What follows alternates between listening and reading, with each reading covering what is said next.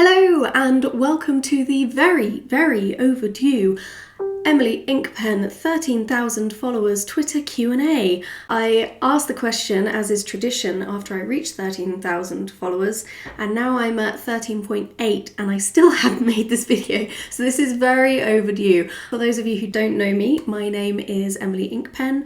I'm a sci-fi writer. I write sci-fi novels. I have an audio drama out called The Dex Legacy. If you haven't heard any of it, you can find it on any of your favourite podcast platforms. Just search The Dex Legacy. And yeah, I do all sorts of things. I'm an author, really. So I will try and keep this as concise as possible because sometimes these things can run for an hour, so we'll see how quickly we can get through them. Okay, number one. What made you start with the 4 pictures? Okay, so this is something I do on social media. Every Friday I post 4 pictures in a quad format and I sort of say how the week's going. And this started off as a sort of lockdown diary. So every Friday it was like, okay, another week in lockdown. How am I feeling? How am I getting on with this? And you know, back then I was very inexperienced with taking selfies. I think I'd taken like 3 in my life. And I took several and then I just decided to post all 4 of them because I didn't know what I was doing. I was like, okay, well, you know, these are selfies, have all of them. And it kind of went from there. It became a thing and it's been a couple of years now and I don't think I can stop. Lockdown has been going on and off. COVID is still happening. You know, it's never, I'm wondering if it's ever going to end. So the selfies probably won't end either. And they're fun, you know, hey, I'll carry on with them. Can you put a robot or a weapon called Flo in one of your stories? Okay, thanks, bye. Yep, I'll see what I can do.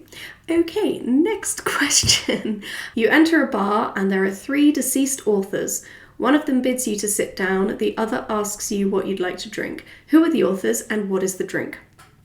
Okay, so I think my authors would be Ursula Le Guin, Obbs, Octavia Butler and Douglas Adams. I think that would make for a very interesting evening and I think I'd start with a G&T and we'd go from there and hopefully have a long evening. So how did you get that many followers in such a short amount of time? Is it the videos or interactions? Okay, so I've been doing Twitter properly for about 2.5 years. You hear of people getting that many followers in 6 months. That was not me. I would say it's interactions. I love Twitter and the people that, you know, I love to chat and engage with people. If I was out to get followers, I'd be half as into the chats. You know, I'm out to meet people and apparently there's a lot of people out there happy to be met. I absolutely love the writing community on Twitter. It's my home. Yeah, everyone's so supportive. It's probably the best and most wonderful corner of social media on the internet. And so, yeah, I absolutely love it. Definitely, we're very lucky to have that space and we need to do what we can to cultivate it. So there we go. What is the hardest part of your writing process? Patience would be the hardest part of the writing process. Allowing the story the time it needs to mature and allowing myself to get obsessed without it swallowing my life. I think there's a lot of pressure on writers to be working on a book or story 100% of the time, but some ideas need space to grow and time to become, and it can be hard to let that happen. You know, you hear about writers churning out a book a year and I don't think I'll ever be that writer. I think that my books, they sort of take a lot from me when I've been writing The Dex Legacy. It's taking time to, like, I wrote the trilogy. I'm still working on the audio drama, but when I got to the end of writing the trilogy, I mean, I curled up on the sofa and cried. It was an emotional time. These characters have been with me for since I was 15 years old. I think that in order to have that kind of bond again with characters and be able to do them justice, I need to give myself the time and space to get to know them before I start. And maybe I'll get to know them more in the process of writing. That certainly happened with The Dex Legacy. But yeah, patience. Okay, how long is the gap between you having an idea and writing it down? Okay, so that's an apt follow-on. It can vary. So I have ideas to write what I'm going to write in terms of books next. But finishing my trilogy, as I say, it was draining. And I'm also working on the audio drama, and I work full time. So I'm giving myself a break between big projects at the moment. And I started working on the Dex Legacy 4 years ago. So technically it was a long time. It's a decent amount of my life has gone into this, but then I had an idea for a short story that's coming out this year, and 3 days later I submitted it. Especially when it comes to short stories, ideas can happen very fast and execution can be very fast. I had another idea for a short story and it took months to get it right. It depends on the story. It really does. So there we go. What 3 books authors influence you the most? Okay, so Ursula Le Guin, The Dispossessed and The Left Hand of Darkness were very big ones. Dune, Harry Potter, although J.K. Rowling has really tainted that for me and a lot of people, which I'm pretty angry about. Narnia, Douglas Adams' Hitchhiker's Guide. Yeah, I could go on. Not just sci-fi as well, fantasy and, autobiography and magical realism, lots and lots of different genres. And I would always advocate read widely if you're going to write anything. One of my favourite books is Milton's Paradise Lost. It makes me cry because if I read too much of it, or like when I was at uni, it made me cry once. When I was at uni, I had to annotate it and break it down. And I was doing this solidly for days. And I just ended up crying because I was like, it's so good, but I just can't do it anymore. And it was really funny. I had to laugh at myself. But yeah, it's dense, but it is also fantastic. Yeah, I love it. Do you want to go to space someday? Yes, but they'd never let me because I'm asthmatic and I have epilepsy. So I am a massive liability in a space situation. But yes, I would definitely get on that rocket. 100%. What's your favourite poem? Oh, okay, well, I just mentioned Paradise Lost. Yep, epic tale. I've got a couple of lines from it tattooed on my ribs, like right here. And they say, "For the mind is its own place, and in itself can make a heaven of hell, a hell of heaven." Which is just so apt. And there are some really beautiful phrases there, and that they're eternal, and I love. Instrumental or lyrics? Both. But while I'm writing, instrumental, because I can't word while words. Yeah. What are your memories of the child catcher from Chitty Chitty Bang Bang? Why would you remind me of that? The existence of that freaky, horrible character. Like, what? Not cool. Not cool. Whoever you are who asked me that question like 6 months ago, not cool. Okay, I'm an American, but also an Anglophile. Can you tell me something fun about where you live? What would I want to see or do if I visited your town? Okay, so I moved to this town a few years ago, and I'm gonna be honest, the most exciting thing about it is that the houses are affordable. And it's a short train ride into London. So that's the most exciting thing about where I'm from. I'll tell you something about Chichester, which is where I spent my teen years. It's this Roman town, and the walls of the town are all the original Roman walls, and the main streets are like laid out in a cross pattern, and they're exactly the same as they've been for like hundreds of years.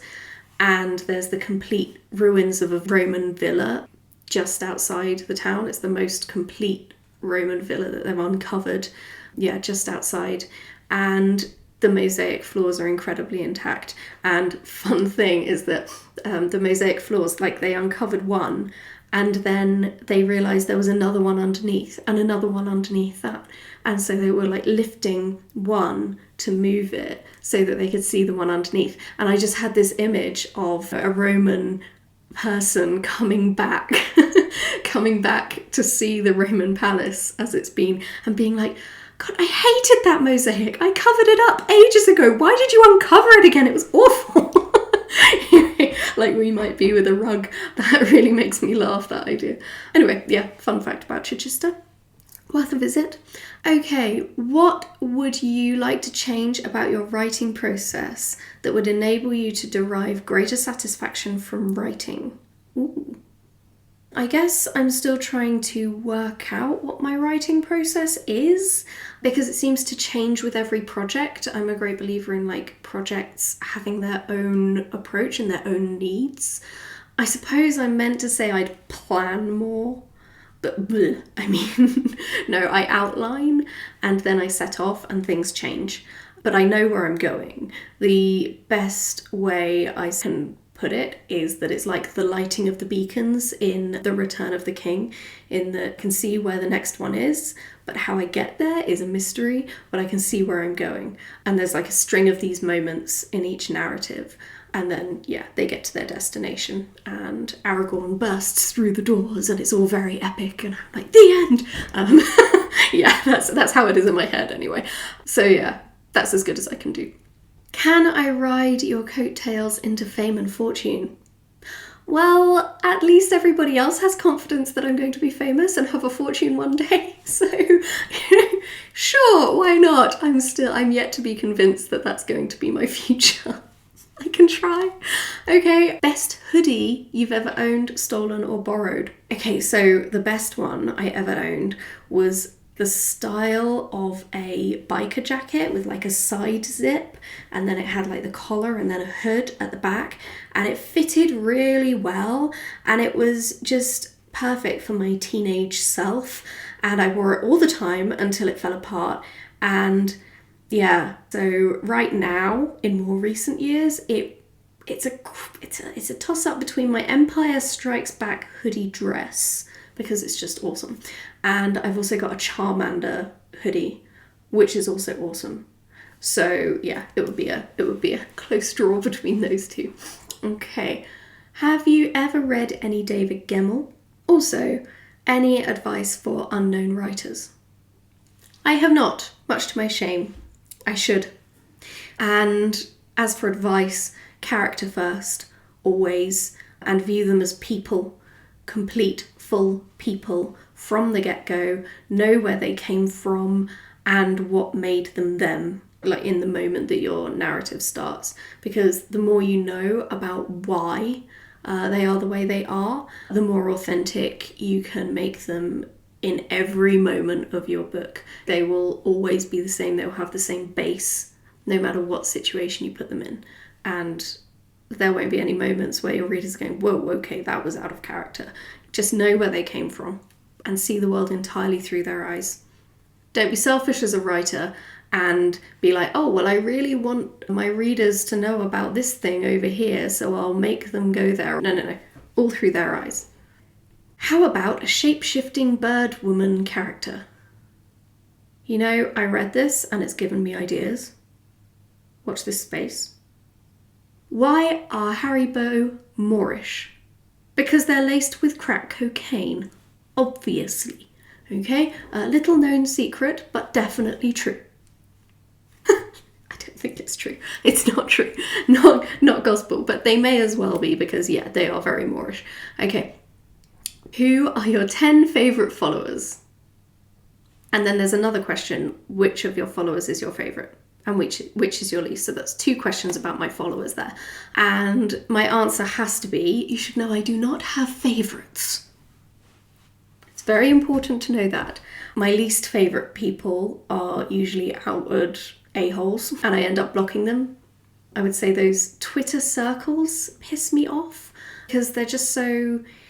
It's like a popularity contest, and like, ooh, here's that person you like, but where in their circle do you exist? Are you on the outside? Are you on the inside? Or are you there? Not at all, you know? And then you've got to be like, oh, well, I've got to up my game to interact with them more, to be in there in a circle. It's like, no, stop it.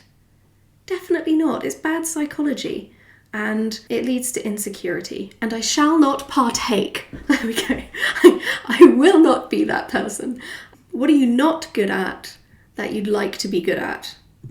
All right, well, you know, I would actually really like to be good at ballet. I love it, but I'm terrible at it. And I really would love to be good at it. Just that core strength and ability and movement. I have done ballet, and when I've been doing it a lot, your body feels very different. And you move differently and you hold yourself differently. But yeah, ballet. Are your eyes really that green? Looks a bit She-Hulkish to me. Okay, so She-Hulk is awesome. So thank you. And they're actually grey, which is one of the complex eye colours. So grey and hazel are the complex eye colours because they can shift in tint. So hazel can be more green or more brown depending on the day. And for grey, it shifts between blue and green. So I guess you just caught me on a green day. I don't know if you can see them, what colour they are today. Yeah, so they kind of change. It depends, and sometimes they're very just grey. It's odd. Are you working on some new stuff you haven't shared yet? Always! Yes, of course. My audio drama is written and we're releasing it every 2 weeks. But obviously you haven't heard all of it yet. It's coming out, we're making it, and I do know what's going to happen, and the episodes just keep getting stronger, and there is going to be a season 2, and yeah, I can't wait. I can't wait for you to all just know what's happening. And yeah, apart from that, I've got a few things on the back burner. You're gonna have to wait and see. I'm working on stuff. Here's a question. If you really had 14,000 people physically following you around, would you A, lead them to a particular destination, B, turn around and address them with a well-planned speech, or C, run like hell with evasive manoeuvres, or D, Emily's choice? And I think I probably put you to work on something. Okay, so I've got this project in mind, making big floating bridges for polar bears, because the ice is melting and the polar bears are swimming longer to get to their destination. And so I think we should build big floating bridges or something so they can take a break as they swim, because they're swimming a long freaking way for days and there's no real solution. People are just going, oh look, they're swimming longer and it's our fault because the ice is melting, but nobody's actually doing anything about it. And I'm like, okay, let's build them a bridge. And okay, it's not a solution to the overall problem of melting ice caps. I get that, but tell that to a polar bear that's swimming a really long time and dying of starvation. I bet the polar bear would be all right with a bridge. Or a few floating icebergs that they could just take a breather on. I'm sure the polar bear would be okay with that as a stopgap measure while we work the rest out. Just saying. So maybe I'd put you to work on that. Okay. For me, maths makes me cringe. What Americanized English word is an ear sore for you? Airplane. Aluminum. Even fall. Fall is such a word. Autumn. Autumn as a word. It's just so beautiful. And it's so poetic. And what have they done with it? Fall. No. Autumn. It's a better word. Level up your words, don't level down. Autumn. What is your greatest challenge in remaining authentic in the sci-fi sphere? Authentically myself, or keeping my writing authentically sci-fi? I mean, for myself, it's not being an a-hole. Everyone has off days, right? But I really try not to have those days publicly. And when you share a lot, that's hard. And then when you're too positive, it's false if you're just always positive and always upbeat all the time. So it's a balance. And I am authentically myself. I can say that with confidence. When I'm going through a hard time, I do share it because I don't believe in being falsely positive all the time. Writing and trying to get a novel published and doing all of this, it's hard work. And if people think that I just do it magically and I'm okay the entire time and it all just happens for me, no. No, it's hard work for everybody. It's hard work for me. It's hard work for anybody who's going into this and trying to do well. So yeah, I am authentically myself, but when I'm having a bad day, I do try to rein it in because I don't want to be negative online. It brings everybody down and we've got enough to deal with, frankly. With my writing, I guess I just write my stuff and it is sci-fi generally. Sometimes it borders more on fantasy, but that's the glory of sci-fi in that there's room. It doesn't have to be spaceships, and that's what makes it glorious. I found out recently that my work classes as grimdark, and I feel 100% more awesome. It's really nerdy because it comes from Warhammer 40k, and the description for that is in the grim darkness of our future there is only war, and it's characterized by complex heroes and villains where nobody's really a good guy and everything's shades of grey, and that is exactly what I do. You love the characters, but at the same time they do horrible things, but because you love them and you know where they're coming from, it's like, you love them still even though they're doing these horrible things, and then you got to ask yourself, I'm supporting them doing these horrible things. And getting that is really fun. So yeah, but I am like authentically myself. I don't change or try or go off track. I mean, maybe I should. I'd be richer if I did. Like if I was like, okay, well, this is the genre that's selling, I'll just do that. But so far I haven't. It's probably why I'm not published yet. Maybe I will one day, and then I will be authentically myself in selling out. Okay, next question. If you ran across a mud-covered baby T-Rex, would you bring it home, clean it up, and keep it as a pet? If so, what would you name it? Yes, absolutely, and I would call it Sissix after the character in A Long Way to a Small Angry Planet. How do you know when a story is ready to begin writing it? Okay, so this is similar to a previous question, and the answer is when it doesn't shut up in my head. Yeah, that usually happens after a big piece of it slides into place and it goes clunk, and then I have to write. But I also find that if you're having ideas and you know where to go next, the way my brain works is it's kind of like a vending machine, right? You have the first layer and that's where you're at. And then you have to write it down for the first layer to move off, and then a whole new layer is there and visible. And then you have to work that layer off, and then you've got another layer. And it's like if I don't write it down, I'm just stuck on that layer and it's just being noisy in my head. I have to get it down and then I can move on. And sometimes it's just a case of getting it down so I can shut it up for a bit. So, what's your favourite colour? Okay, so my favourite colour is actually kind of labradorite. There's a stone called labradorite, and it's kind of grey, bluey green, like my eyes. Actually, I like my eyes. I'm really happy with them. I think they're a good feature, and I think they're a good colour. I lucked out on that. What is the weirdest critique you have ever had about something you've written? Okay, so I had a rejection from a publisher that said they liked the fairy tale tone,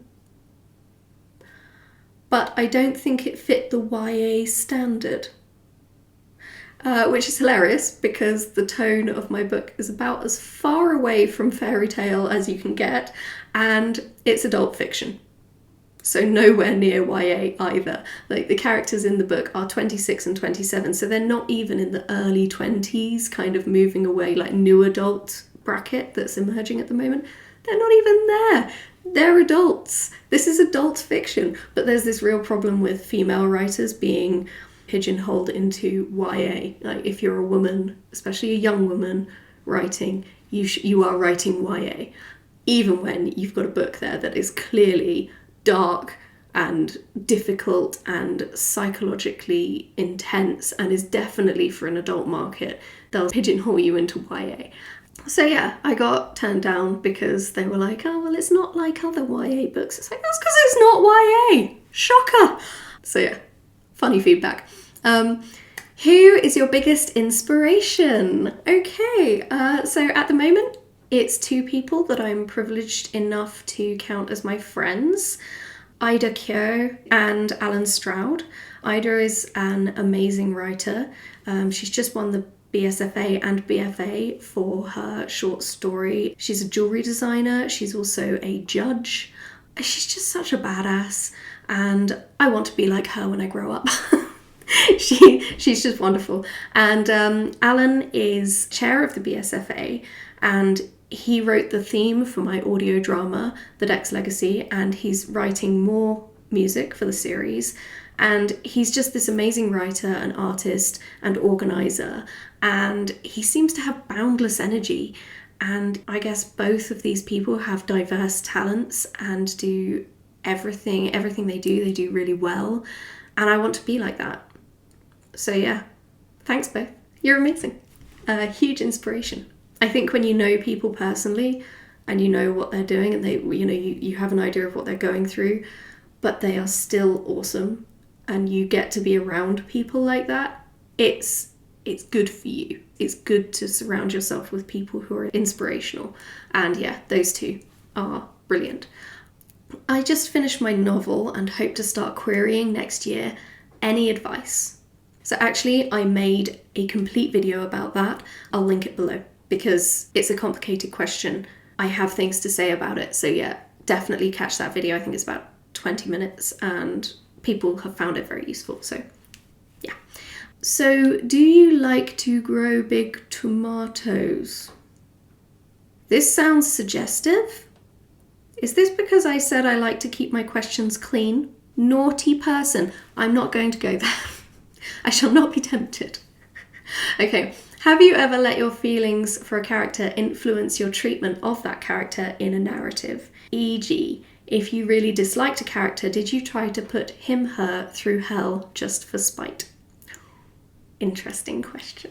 Okay, actually I have, and it's the opposite. So I do have favourite characters, but in an effort to not treat them with preference, I tend to give them a slightly harder time, which sounds mean. But then I did kind of fall in love with one of them a while back, and I asked my beta reader if it was obvious, and they guessed a few others first. So yeah, you'll never know.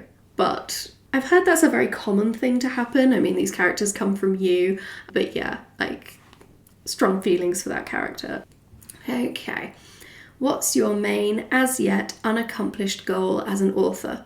To get published!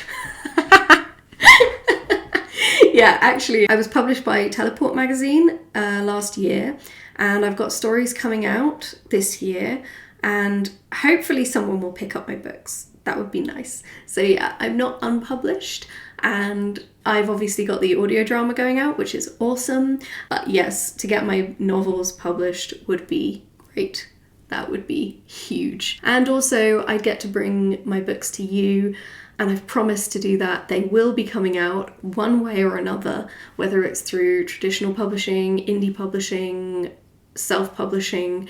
They will be out, you will be able to read them, and it's just the waiting period to work out which one of those it's going to be is incredibly frustrating. But yes, that's my goal. And that is the end of our Q&A. I hope that this has been useful, or at least insightful. I shall stop it there before it overruns. Links in the description down below, specifically for the querying video. And yeah, I'll probably be doing another one of these pretty soon because I'm on 13.8 thousand followers, and I'll do another one at 14k. So there we go. Maybe some of these questions will prompt your ideas for the next lot.